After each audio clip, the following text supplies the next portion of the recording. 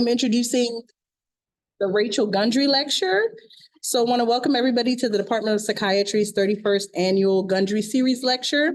This was founded by the Gundry family in honor of Rachel K. Gundry, MD. Dr. Gundry comes from a long lineage of psychiatrists, including her grandfather, father, and two uncles, all of whom were graduates of the University of Maryland School of Medicine. She herself was a very strong advocate for women in medicine and was the first woman to do an internship at the Baltimore City Hospital, now known as Johns Hopkins Bayview Hospital. The Department of Psychiatry has dedicated this lectureship to mental health issues in the underserved and taken the opportunity to invite leading women in the field to present topics to us. So I want to introduce Zofia Kozak, who's going to introduce our main speaker, and also want to remind everybody that we're offering CEUs for this talk. And there will be a link in the Zoom chat as well as sent out via email. All right, Zofia.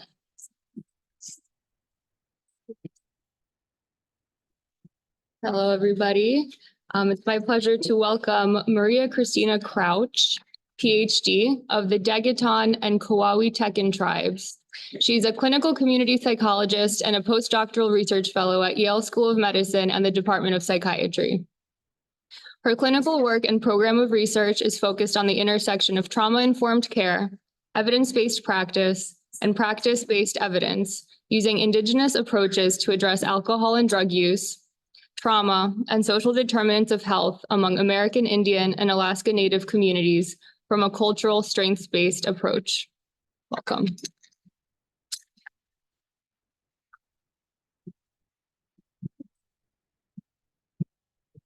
Okay, so I'm going to talk loud. You can hear me in the back, yeah? Okay, I'm a little hard of hearing, so I don't think I'd be able to hear me. What's that?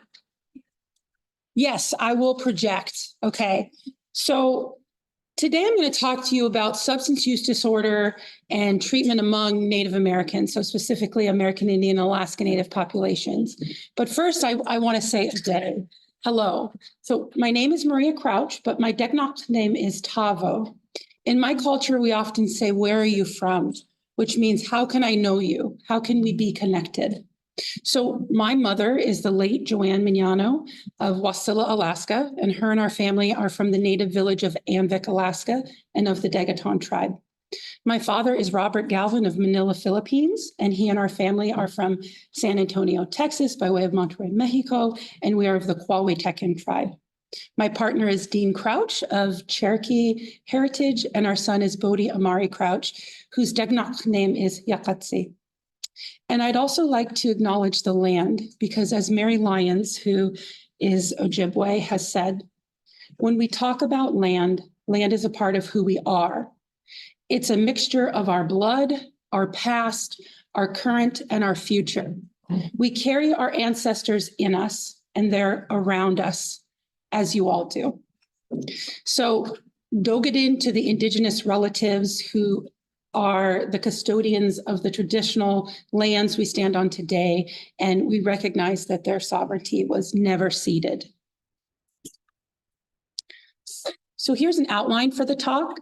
I'd like to share about American Indian and Alaska Native history and historical trauma. I'll probably say Native just as an easier way than saying the long American Indian and Alaska Native.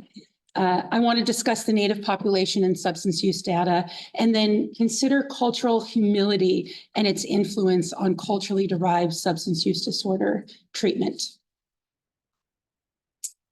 I also want to mention that I'm going to share some cultural and ancestral wisdom in this talk today. Please consider that it could be true. Consider that other ways of knowing and viewing the world are equally as valid, that there are multiple realities, if not at least multiple perspectives. In Indigenous cultural teachings, the truth is viewed as a sphere or a wheel or a hoop. And so we each hold a unique piece of it and stand around it and have our portions of the truth. To frame this talk, I'd like to just to say this. It's important to remember that we all have paths in life, many that we travel, and we each have and will travel roads, some hard, some even harder than that, some easy, and yet some with joy. So as we talk about Native people, let's remember that we are all connected, and no number, no fact, no data, statistic is nameless or faceless, because we're talking about people, about us, about our loved ones, friends, clients, patients, about human beings. Now, I'd like to begin in the good way. This is a traditional Alaska Native story that I grew up with. It's the story of Sleeping Lady. And this is a picture of the Sleeping Lady on Mount Susitna in Alaska. So long ago, there lived a gentle giant people who loved their land and lived in peace and harmony. Within the tribe, there lived a young couple, Susitna and Nakatla. These two loved each other like no others. Their love actually lit up the sky with great dancing and lights for their people. And their people loved and respected them for their devotion to one another. But one terrible day, a stranger visited and told them stories of a fierce and warlike tribe that lived far to the north. The stranger warned them that one day they would be attacked by the warlike tribe. After hearing the news, the great chief gathered the community together in council, and they decided that all the men would travel north to convince this warlike people to live in peace and harmony. In so doing, Susitna and Nakatla knew they would be separated for a long time. They walked hand in hand to their favorite plateau, overlooking the slender inlet. Nakatla gazed into Susitna's eyes, tearful, and promised her that he would return. He asked that she wait at this spot, so he wanted to be able to find her upon that return. Many days and nights passed with no sign of the giant men or Nakatla. Susitna wove baskets and picked berries, but she grew weary and she laid down on the plateau and was soon fast asleep. Meanwhile, the giant people's men arrived at the northern warlike village. Their plea for peace and harmony was met with a swift and terrible answer. The battle was fierce, but short. Many of the giant people were killed and others were taken prisoner. The news of the disaster quickly swept across the great land. The name of Nakatla was on everybody's lips, for he too had fallen. With his last breath, he spoke the name of his precious Susitna. The women of the giant people could not bear to awaken her and tell her this fateful news. To shield her from the heartbreak, they wove a blanket of grass and wildflowers and gently placed it over her sleeping form. That night, the women prayed for Susitna to be placed in a deep and awakening sleep. The women's prayers were answered, but the price was high, as the great land would be changed forever. The air turned cold, and a light snow began to cover Susitna and the long stretch of land that ran the inlet. That snow was the first that had fallen in the great land. Days turned into years, and Susitna continued to sleep and dream of Nakatla's return. The great people disappeared from the great land, and a different, smaller people came in their place to watch over the sleeping Susitna. Each summer, her sleeping body is still covered by the blanket of grass and wildflowers, and each winter, the Creator gently places a soft blanket of snow upon her. It is said that when all the warring people of the world disappear and peace and harmony return, Nakatla will awaken his beautiful sleeping Susitna. So this story highlights Native cosmology, the inseparable nature of land, and the importance of love, balance, peace, harmony. When we think of the suffering of addiction, it's also critical to think of the resilience, the wisdom, and the paths of healing. The story of the Sleeping Lady could also be used as a metaphor for colonization, the ensuing trauma that occurred, and the other side of the warlike trauma symptoms that are expressed as addiction. So I'd like to share a brief overview of Native peoples in the US and how they've been impacted by colonization. And I just want to acknowledge that this is deep. Entire careers are spent on unpacking this history. So I'll provide some reading recommendations at the end. 1492, America is discovered, rather invaded, and the Great Death ensues. By 1790, Indians, as they were so called, were forced inland. By 1830, Indian country starts to develop leading up to the reservation era that followed. 1860, we see the immigrant stampede. This is Westward Ho and Manifest Destiny is in full swing and effect. By 1890, there are great devastating impacts to Native people and land. There were boarding schools and other forms of unspeakable violence. And that brings us to present day Turtle Island. We see the effects of trying to relegate and eradicate Native people. Colonization has not ended. There are still land claims through designated federal lands, so national parks would be an example of that. There are blood quantum requirements to even be considered a Native person by the US government and its colonial system. This is true today, and this is just to name a few.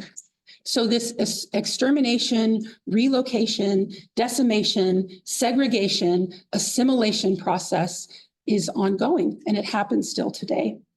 But currently, there are 574 federally recognized tribes, so we know there are more than that. There are 175 indigenous languages in the US. There are 2.9 million people who identify as Native alone, and 2.3 million who identify as Native along with one or more other races. And 22% of the Native population live on reservations. So then there's Alaska, and this is where I'm from. So Alaska is derived from the Unaga word that is Alieska, and that means great land or mainland, like you probably recall from the story. And people lived in regions, but nobody owned the land for time immemorial. So Alaska Native people represent 229 of those 574 federally recognized tribes. So the diversity and complexity of Alaska Native culture is vast. Alaska's colonization began much later than the lower 48, that's what we call it, but it occurred along a similar narrative. So it began with Russian occupation and enslavement in the 1700s. There was the sale to the US government with the Treaty of Cessation in 1867, and that was whereby Alaska was divided into church-run boarding schools. And then in 1959, statehood occurs. And then in 1971, we had the Alaska Native Claims Settlement Act, and that's our treaty with the US government. And that's where a fraction of our indigenous lands were divided and allocated for for-profit Native corporations that we run. But the land has been greatly reduced, and again, follows the similar pattern to the lower 48. With the exception of reservations, we only have one.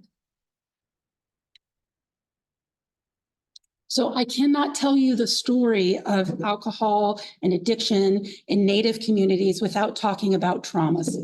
It's important to recognize trauma has occurred on the physical, emotional, mental, social, cultural, spiritual levels for Native people. Dr. Joe Gahn, an American Indian psychologist, defines historical trauma as, quote, a collective intergenerational experience that can compound over time, afflicting generations of people. So research shows that historical trauma can lead to these community-level trauma responses: suicide, social malaise, which is decreased sense of social embeddedness and belonging, weakened social structures, family violence, child maltreatment, substance problems. The traumas are passed down and cumulative. Eduardo Durand, who's an American Indian psychologist, coined the term soul wound for the spiritual soul level nature of traumas that are commonly expressed through intergenerational trauma, lateral violence, and substance use disorders. So Durand says, trauma occurs when there is an injury where the blood doesn't flow. What is being conveyed is the idea where blood doesn't flow is that the injury is transcendent of the body and the blood, which is the lifeline of our being in the physical world. The imprint left by the injury on the psyche, the soul, will need healing. If healing does not occur, the injury, trauma will remind the person through symptoms that there's a need to heal the original injury. So let's look at some of the symptoms of soul wounds. Results from SAMHSA's National Survey on Drug Use and Health indicate that 10.2% of the Native people experience a substance use disorder, where 7.7% of the US population does. 3.8% of the Native population experiences both a substance use disorder and a mental illness, although we know they're one and the same. And this is same for the general US population. However, while 18.7% of Native people report a mental illness, 20.6 or more of the US population reports. There could be many reasons for this, cultural explanations, symptomology that's not necessarily quantifiable in Western means, imprecise data. But regardless, we know that substance use disorders are occurring and occurring more frequently for Native people. And I want to also note that prevalence of lifetime PTSD for the US population is 4.8 to 6.4%. But for American Native populations, the prevalence of PTSD estimates are somewhere between 16 and 24%. And just a brief word on Native data. It's often hard to find. It's hard to find in its entirety. It's hard to find nuanced data. And most of the data is lumped together as American Indian and Alaska Native into an other category, and people tend to not run subgroup analyses or even report on descriptive statistics. And most Native people actually identify as more than one culture. And so that means that their data could also be categorized in a way that doesn't represent their indigeneity. Native people experience a disproportionately higher rate of suicide, which are exacerbated and compounded by substance use disorders. And as you can see here, substance use disorders dramatically increases suicidal thoughts, plans, and attempts. And the data also indicates that Native people have the highest rates of marijuana, methamphetamine, opioid, inhalant, hallucinogen, and tobacco use disorders in comparison to the general US population. Native people are more likely to report drug misuse in the past month or year than any other racial or ethnic group. And nearly 1 in 5 Native young adults has a substance use disorder, and about 4 out of 10 Native adolescents have a lifetime prevalence of illicit drug use.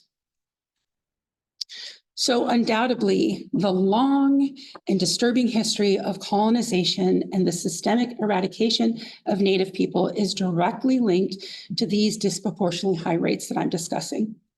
In terms of alcohol use, the data shows that Native people are using alcohol less than some other racial and ethnic groups, but Native people experience more alcohol use disorder in contrast to all the age groups and racial and ethnic groups in the US.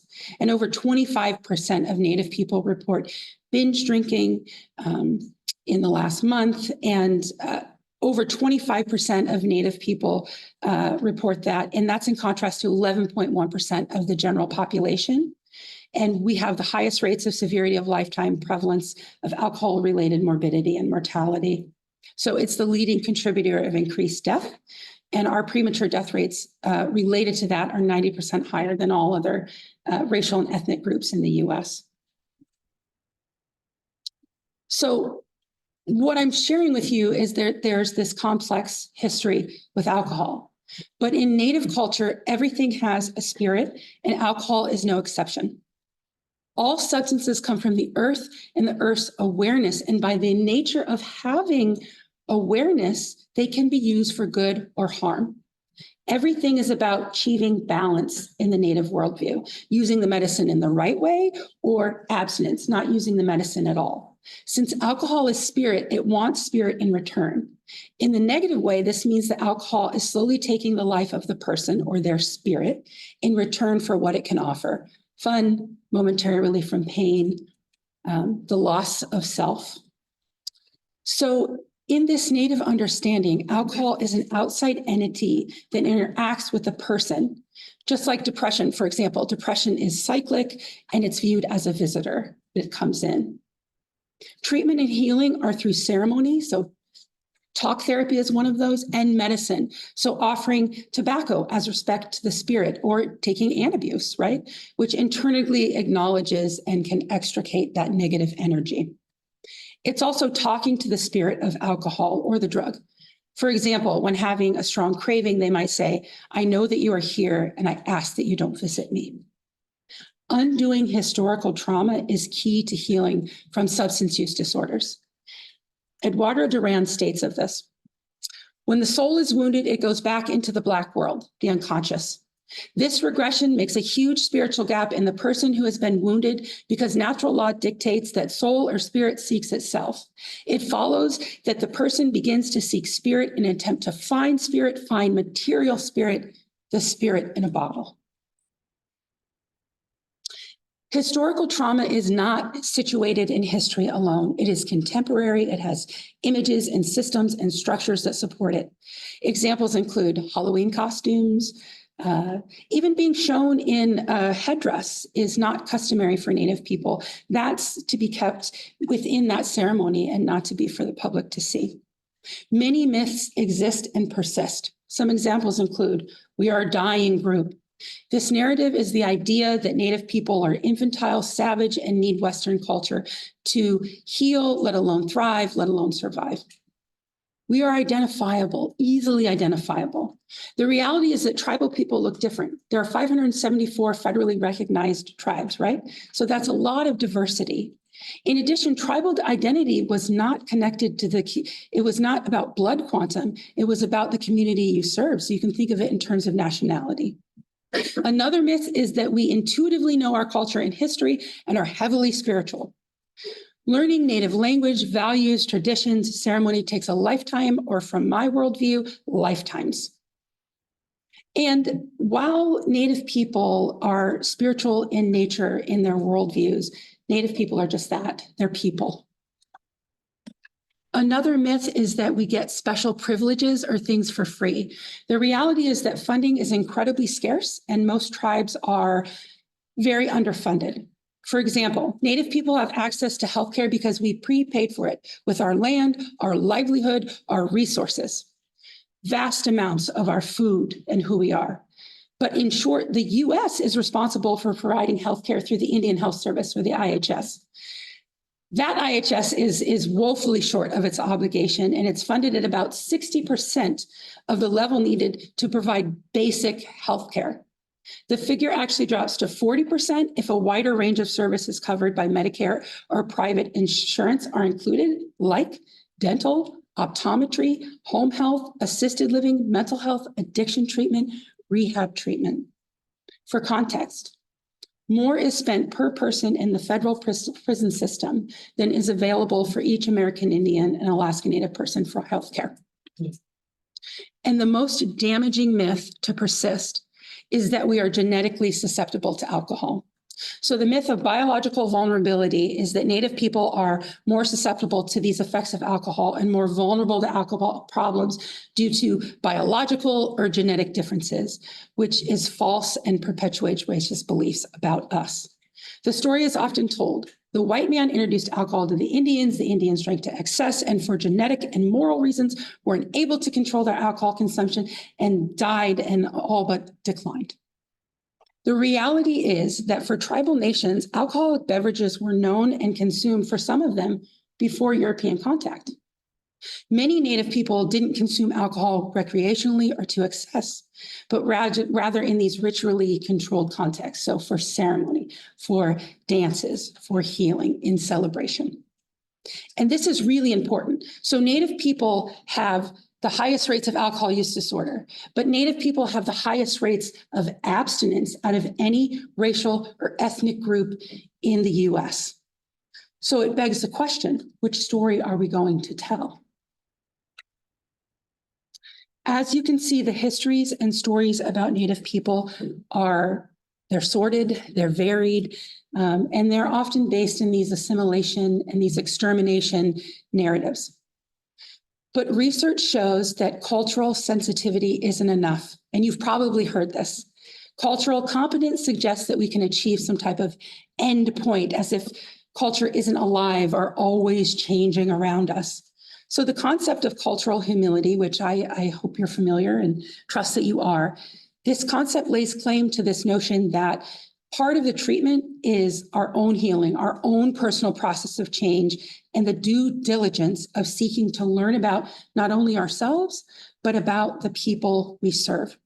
So above all else, working with Native communities requires cultural humility. This is where the focus is on self-humility rather than achieving knowledge alone. There's no end goal. Instead, it's lifelong learning. We have to be comfortable in not knowing, not having all the answers. We have to strive for balance of power and then create and nurture relationships within that balance. And the most important skill for understanding the culture of another person is understanding our own culture and challenging our own biases. So what I have learned from my elders is that culture is prevention, it's medicine, and it's healing. Trasavit is a Deknok word meaning I woke up or I'm awake. It's the notion that if Native people know who they know how to heal. And many of us have had who we are taken from us in multitudinous ways: historical trauma, structural inequities, health disparities. But the elders teach that it can be regained and reclaimed because it lives within us as Native people. So culture doesn't determine behavior, but it provides this framework for understanding ourselves, our environment, and our experiences. It shapes our belief systems about what constitutes mental health, mental illness, addiction. It influences the manifestations of our symptoms, our defense styles, our patterns of coping, and it determines how we seek help. It's a major factor in how Native people use and respond to treatment. Studies have shown that cultural identity and spirituality are important for treatment, and Native people experience better outcomes with traditional healing approaches, which you see here in the slide. And it's important to note that 70% of urban and 90% of reservation dwelling Native people use traditional medicine. And this is a fact. Most Native people in recovery use culture alone to achieve and maintain sobriety. They use their culture alone. So many of our current treatments are using this two-eyed seeing approach. Perhaps you've heard of it. And so this is a framework, and it's a guiding principle of the integrated science development. And it was created by a Mi'kmaq elder named Albert Marshall. And it refers to learning to see from one eye with the strength of Indigenous knowledge and ways of knowing, and from the other eye with the strengths of Western knowledge and ways of knowing, and then learning to use both eyes to see together for the greatest benefit of all. So it's also having a gift of multiple perspectives, right? And integrating those. And so I'll give you an example. The People Awakening Project was conducted in Alaska, and it developed the Kazagak Toolbox, which is a multi-level strength-based intervention. And it was developed by the Alaska Native communities in partnership with the researchers to reduce and prevent alcohol use disorder and suicide among Native youth. So the model is based on the Kazagak, or a communal place, right? Which it's a central structure in Native community, and it connects everyone together as one. It's a place for education, it's a place for healing and for ceremony. And the intervention itself, they focus on culturally meaningful reasons for sobriety and reasons for life. So in its totality, it's accessible, it's culturally derived, and it's strength-based. And so here are some of the modules. The intervention includes traditional activities like hunting and fishing, cognitive behavior and dialectic and behavior strategies for harm reduction, for emotion regulation, for relapse prevention that are integrated with these cultural knowledge components. And then all of the activities are rooted in cultural values, and they emphasize relational and familial connections and supports, which we know is one of the biggest predictors of who gets better, right? So following from what the People Awakening Project team had learned about Alaska Native social history and legacy of colonization, but also of cultural strengths, they identified several steps that are critical to interventions, research, intervention research, and these you see before you. So they're understanding your place in the social history of the community. That actually takes a lot of work to understand your place. Working through tribal council, elders, and local leaders. Recognizing the strengths and the resources at the local level, what's already there, what's already worked for time immemorial. Those are the Indigenous, that's the practice-based evidence, right? identifying settings in the community where research and intervention can or already could potentially take place. Understanding from the local cultural perspective who represents the community and how decisions are made. And then developing a community and collaboration plan that involves community members in a process of information and knowledge sharing that is bi-directional, but I would say multi-directional, is locally accessible, so it's accessible to everybody, and it's indigenous rather than being imposed upon the people. So it's derived from the culture. So another example of culture as medicine is finding the strength in buffalo or in indigenous relapse prevention. Specifically, the buffalo played and still do play a very important role, not only in Native culture, but in Native spirituality. And they've been a part of the survival of the Great Plains Native tribes for time immemorial. So the bison provided an endless supply of necessities. Every part of the animal was used: the blood, the milk, the meat, the marrow, the organs or the guts, and everything down to the nose gristle actually was eaten, and the tongue is a delicacy. The buffalo are also viewed as the ancestors of the Great Plains people. So it was incredibly, incredibly traumatic, intensely traumatic when colonizers systematically slaughtered the buffalo. In the picture you see before you, you see some people standing on the slaughtered buffalo bones in an attempt to kill Native people by removing their sources of food, their sources of culture, their source of spirituality, and literally killing their ancestors.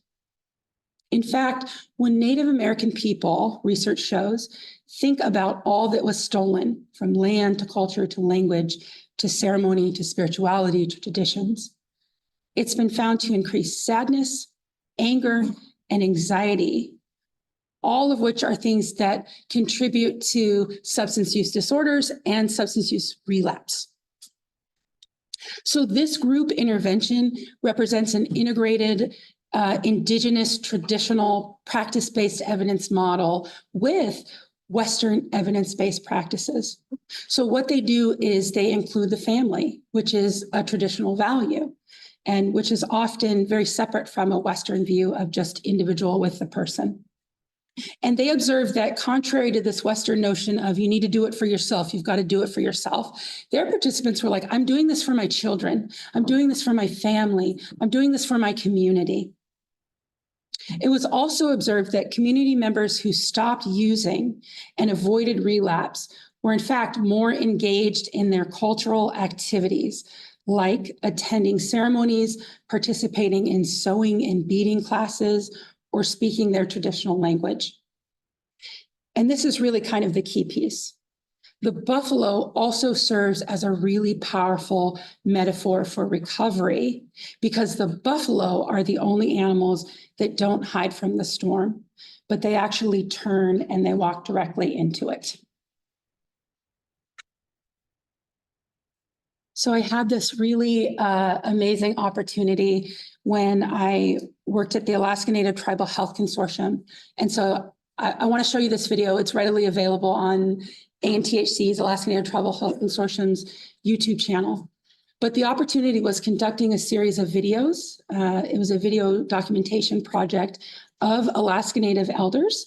So when I say elder, it's uppercase elders. So these are people who are knowledge holders, wisdom, cultural bearers in the community, people who have the community has given authority to speak for them, essentially, not elders just by chronological age.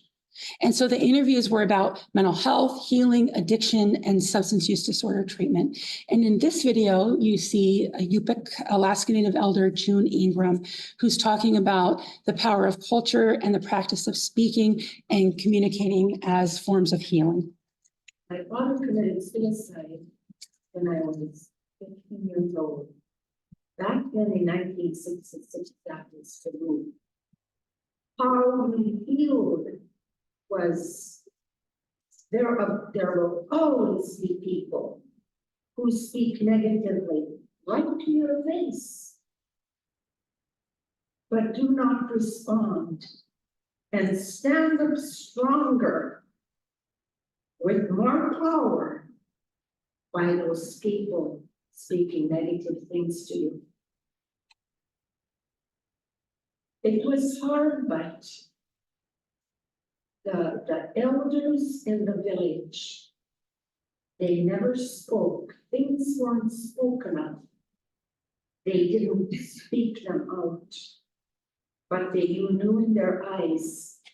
I wish I could take these glasses off, but I get a headache. You knew in their eyes that they understood and it wasn't your fault. And we got over it. We spoke to each other. That's part of behavioral mental health, is speaking. It could be a trusted relative.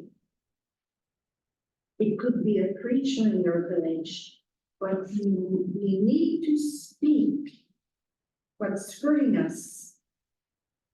There was an elder, Mary Floresta, her daughter, Sally Smith, used to work for health. She passed away. She used to tell us, each one of us carry a sled. We pull a sled. If you don't speak it out and something bad happened to you, you throw it in that sled. Pretty soon that sled is so heavy, you could barely pull it, and your body's gonna get sick. You'll start getting aches and pains because our spirits are connected to our physical bodies. So treatment is inherently embedded in communication, which is an expression of culture.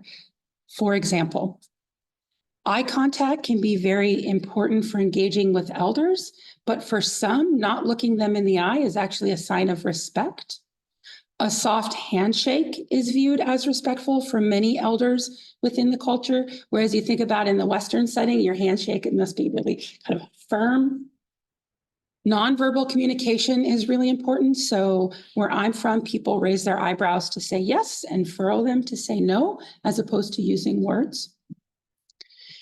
Clear communication is integral. I gave you the statistics on I've talked to you about trauma, and I gave you stats on PTSD. And so trauma-informed care is so critical, letting people know what to expect, what you're going to be doing.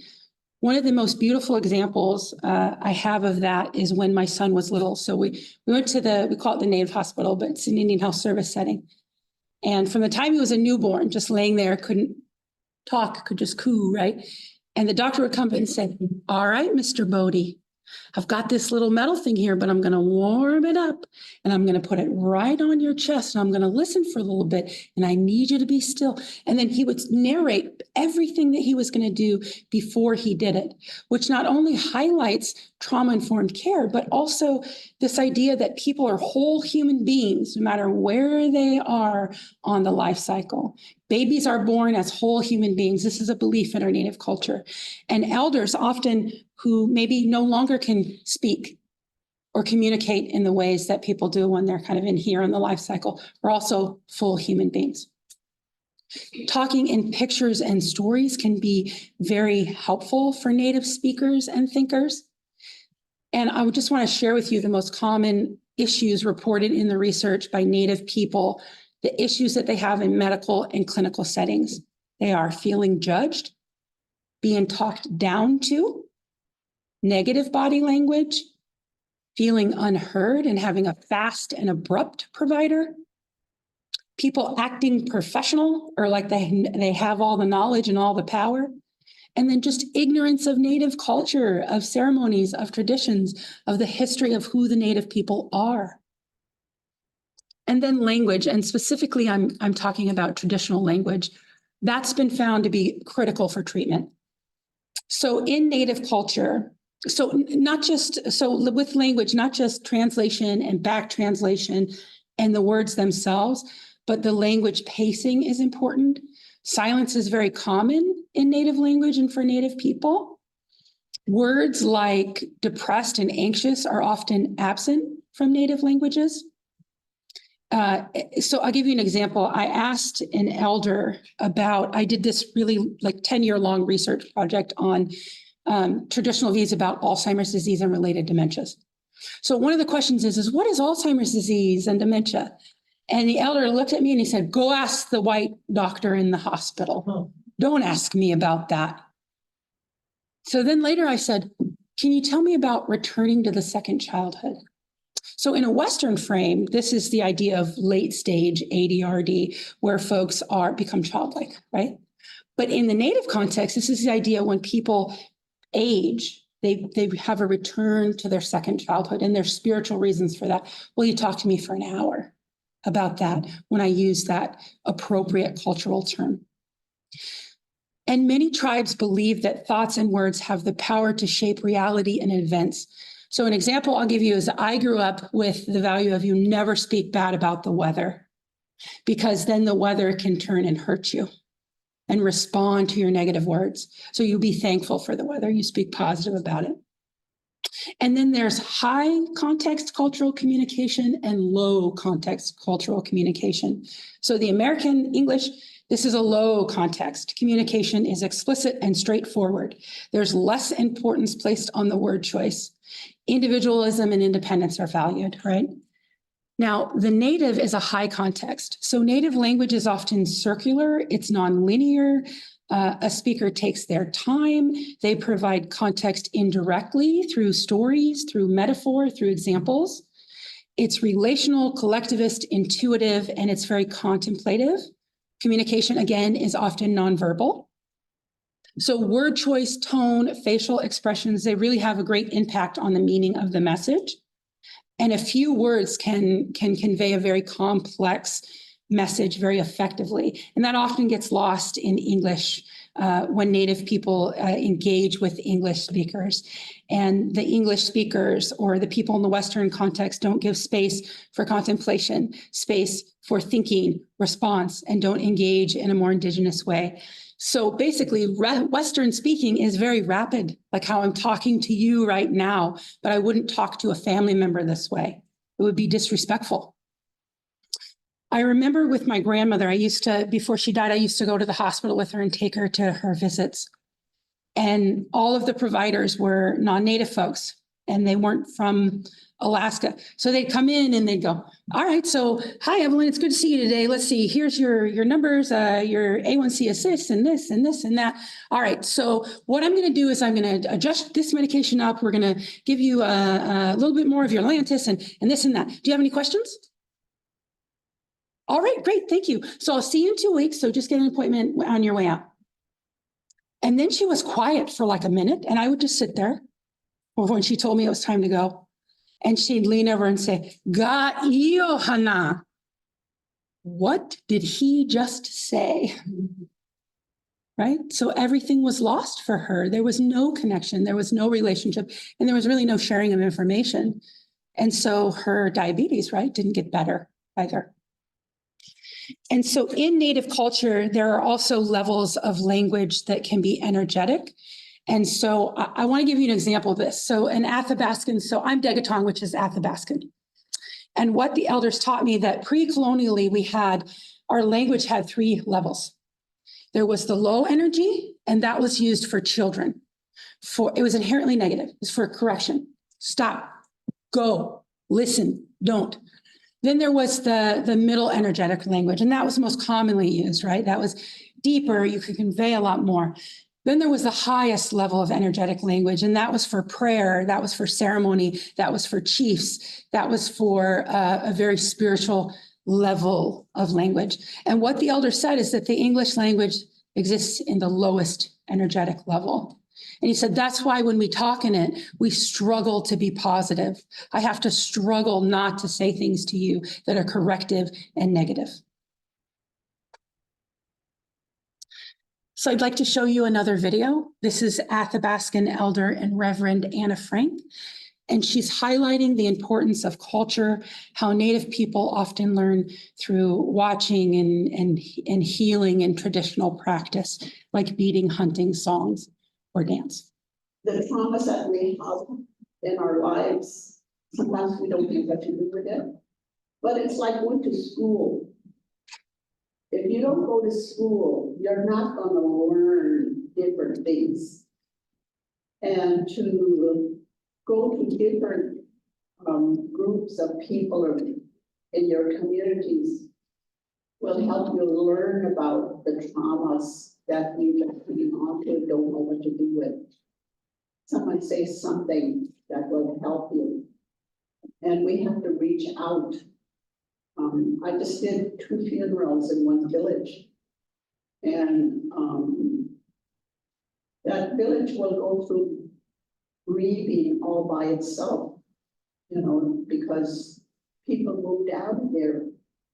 And so no one will come in there and help them. And we have to teach them how to help themselves. We have to teach someone there to take up some kind of responsibility to help feed the people the right healthy spirit. And if you don't do that, then the village will just go down more and more drugs and alcohol will come in. And so we have to learn how, again, to feed the right spirit. And sometimes it takes an outsider to do that. But I find if you don't feed the community and help them, then nothing ever changes until you feed the people the right thing to do. And sometimes it takes longer. I don't know why. Maybe it's because it's not our way of doing things. We take on a lot of the roles of the non-native, and we're afraid to reach out, and I don't know what we're afraid of, to hurt more of the people or to hurt us. I think we have to talk about that too. If you're going to become a helper, then what must you do to be that helper? I know I had to learn a lot about me first. If I ever wanted to help change people in the village, I have to change. I have to find out, why am I so crabby all the time, you know? Or why do I cry all the time when the death comes? Maybe it's because I've never really talked about death in my life that has hurted me in the past. And I have to take that responsibility and to help myself. And then once I learn how to do that, then I can reach out and help others. That's what I really have to do, is I have to teach me first. And once I taught myself, or someone helped me, then I reached out just gradually. And to me, that was the most helpful thing to do, is to help one person become to feel comfortable with what she has carried with her all these years. And we just did a workshop in the villages with Roots and Wings, we call it. We work with herbs, natural herbs. And we had a 90-year-old woman finally say, I was abused by 3 people. How long do we have to carry our burdens? Until she felt comfortable. And until people feel comfortable, you have to keep reaching out and just keep doing the same thing over and over and over again until you reach the people that say it's okay to come. They feel that they're not going to be hurt anymore. They decide to let it go.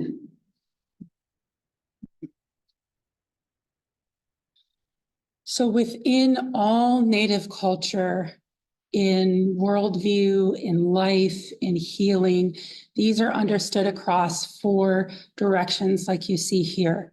The sacred direction is the 5th one. It's located in the center. So this is the balance of all things.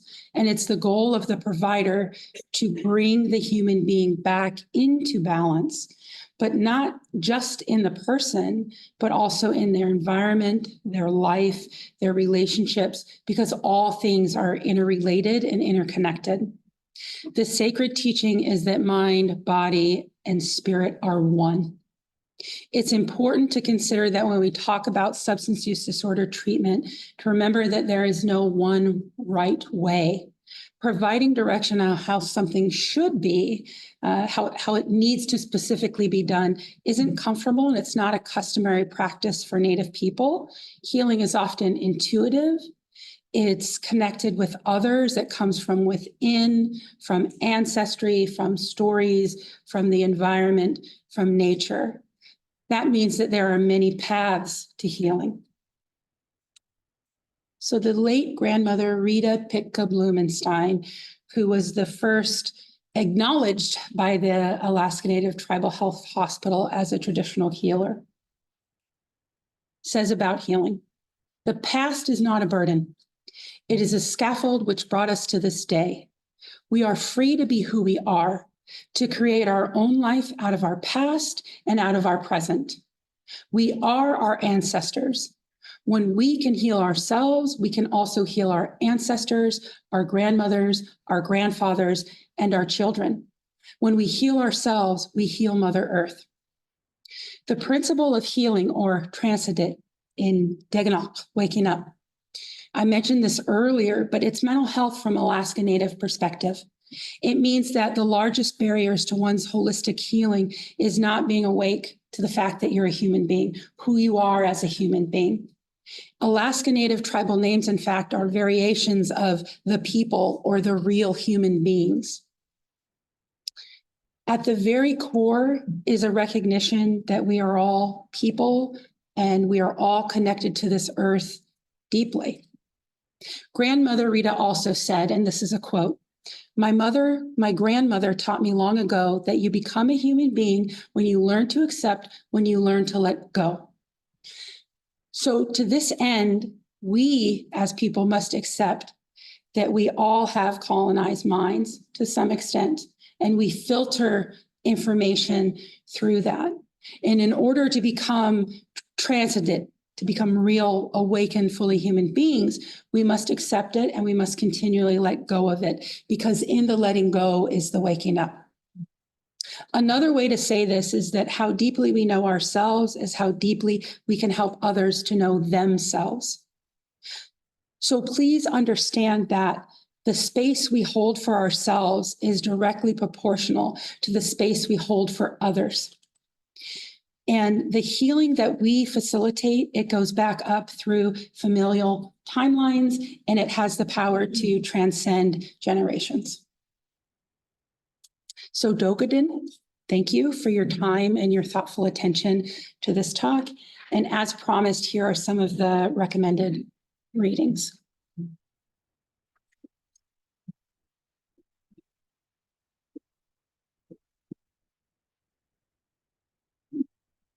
Before we get into questions, we have a couple of minutes for questions, but I just want to let everybody know that Dr. Crouch is available from 1 to 2 for anybody who wants to stay after for a more extended question and answer session. But I think we have, I don't know. It's 12:56. It's 12:56, so we got 4 minutes if there are questions right now. I wrote it down, so Okay. I'm taking notes. But I want to ask, thank you, first of all, for being here and presenting. I want to ask, empathy is always looking through a lens that there are alternative perspectives, or if I like to say, what if I'm wrong, right? What if I could be wrong about my perspective? Do you have faith in more empathy being present across the board on a macro level in healthcare and society as a whole?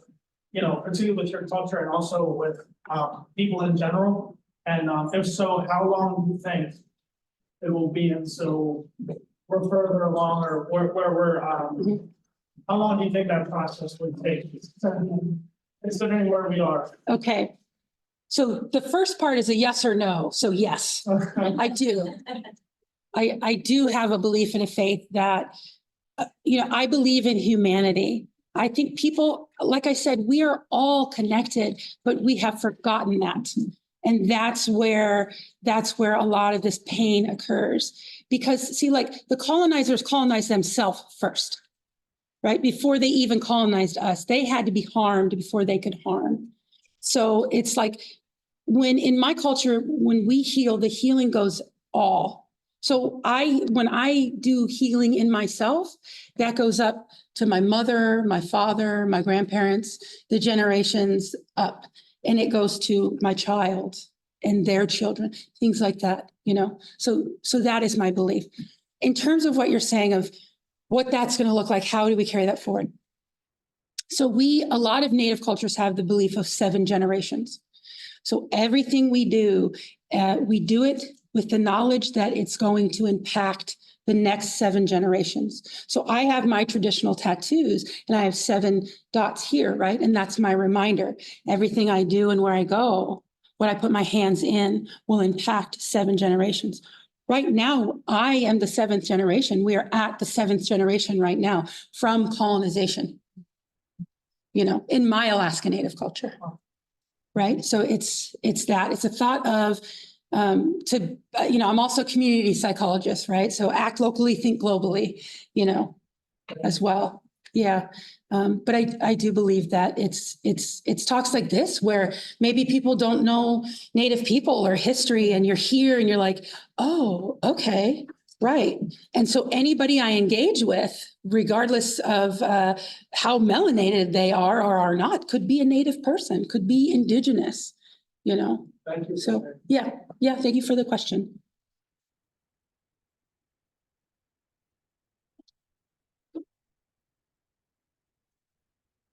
I think that's time. Yeah. I'll take this off. All right, thank you, everybody. Thank you so much, Dr.